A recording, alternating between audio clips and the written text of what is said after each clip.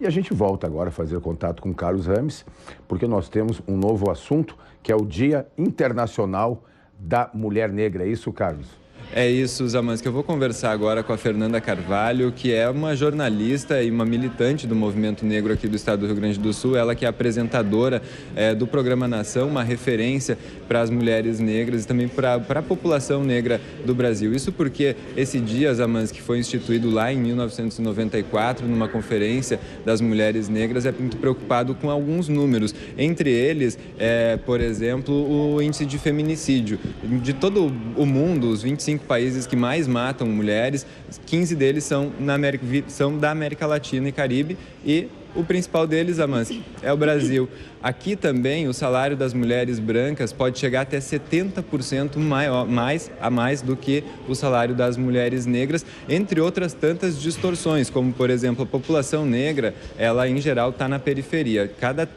De cada 4 pessoas pobres que sofrem com a pobreza, 3 delas são negros. É por isso que eu vou conversar agora com a Fernanda, para a gente entender um pouquinho mais sobre o que significa essa data, que essa semana foi comemorada, né, Fernanda, no dia 25, junto com o Dia do Colono, mostrando aí que as etnias são todas importantes, mas a pessoa negra, a mulher negra tem o seu valor, tem o seu lugar, e é uma data que precisa ser lembrada porque ainda há muita discriminação, muito preconceito e muita diferença entre a mulher branca e a mulher negra. Bom dia. Bom dia, Carlos. Bom dia a todos que estão nos assistindo.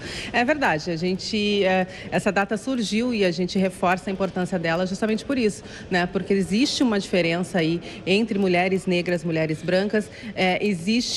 A mulher negra, ela está na base da pirâmide econômica aí, em muitos aspectos, como tu viu, né? Mas nós somos a maioria da população brasileira. Então, a gente vive uma realidade machista no país, quer dizer, então as instituições, né, os movimentos sociais que tratam da questão da negritude, por conta do machismo, às vezes não contemplam a questão da mulher negra, e dentro do feminismo também existe essa questão aí racial, de que muitas vezes a questão ligada à raça também não é levada em consideração dentro do movimento feminista. Pois é, tem a questão da representação, né?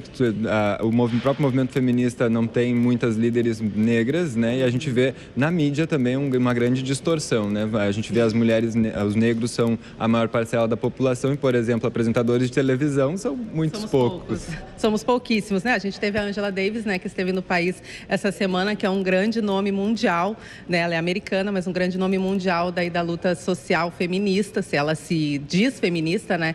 E traz muito para dentro do feminismo essa questão de raça. Quer dizer, a gente precisa considerar isso, não dá para dissociar gênero e raça dentro da sociedade que a gente vive, né? E a perspectiva, Fernanda, o que a gente vislumbra aí para os próximos anos? Porque a gente vê, por exemplo, o número nos últimos 10 anos, o feminicídio das mulheres negras aumentou, enquanto o feminicídio das mulheres brancas diminuiu, e a gente tem alguma perspectiva de mudar essa realidade, ou pelo menos aproximar ou diminuir essa distância, essa diferença? A luta é justamente para isso, né? A gente não tem uma receita exatamente do que fazer, mas eu acho que uma questão importante é falar sobre o assunto, né? A gente tem aí o dia 25 de julho, que é um dia para se discutir, a gente tem o dia 20 de novembro também, mas a luta ela é diária, né? Nos 365 dias do ano, e muito importante a gente trazer isso para discussão, principalmente para as pessoas que não passam por isso, né? Porque se fala muito, mas é uma data menor, é uma data não tão conhecida, é uma data importante para as mulheres negras. Não, tem que ser uma data importante para toda a sociedade, porque a gente está tentando mudar a nossa realidade para ter uma sociedade melhor para todo mundo.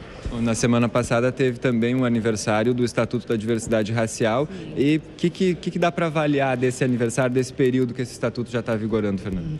A gente tem que ser confiante, né? Eu sou otimista, eu acho que a gente tem sim que celebrar as vitórias e os avanços também.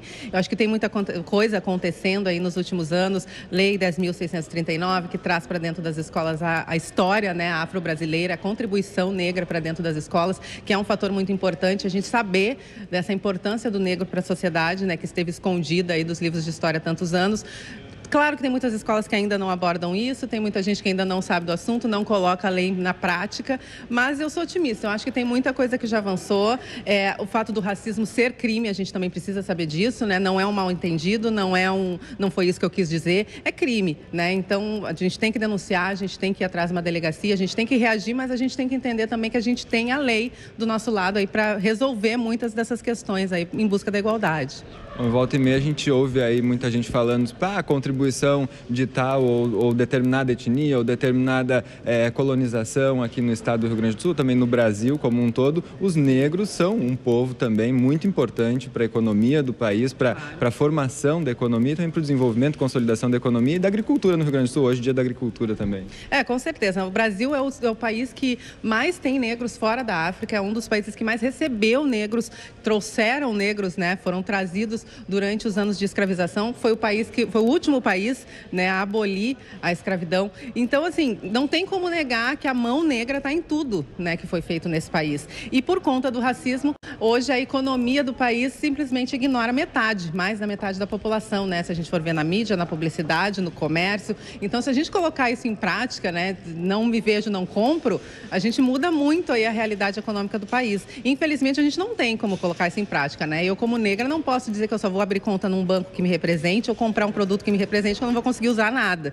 Mas a luta é para a gente saber que a gente tem essa importância aí nas mãos, que a gente que está com a gente também mudar essa realidade. Bom, eu vou aproveitar a deixa da Fernanda aqui, que ela falou sobre a história da população negra aqui no Brasil, e deixar um convite para quem está nos acompanhando em casa. A gente tem aqui na Assembleia Legislativa, Zamansky, o Solar dos Câmara, que é um ícone da escravidão, do período da escravidão aqui no Rio Grande do Sul, especialmente, onde antes era a senzala dessa casa, né, desse casarão. Hoje a gente tem uma biblioteca maravilhosa que está aberta aí para a população acompanhar, viu? A gente tem aberto para quem quiser fazer visitação no horário de funcionamento aqui da Assembleia Legislativa, a casa que foi construída por escravos, onde eles viveram, né, sob a tutela aí de vários líderes da comunidade branca aqui do Rio Grande do Sul. Então é um lugar que pode ser visitado, que carrega uma história muito interessante de se conhecer.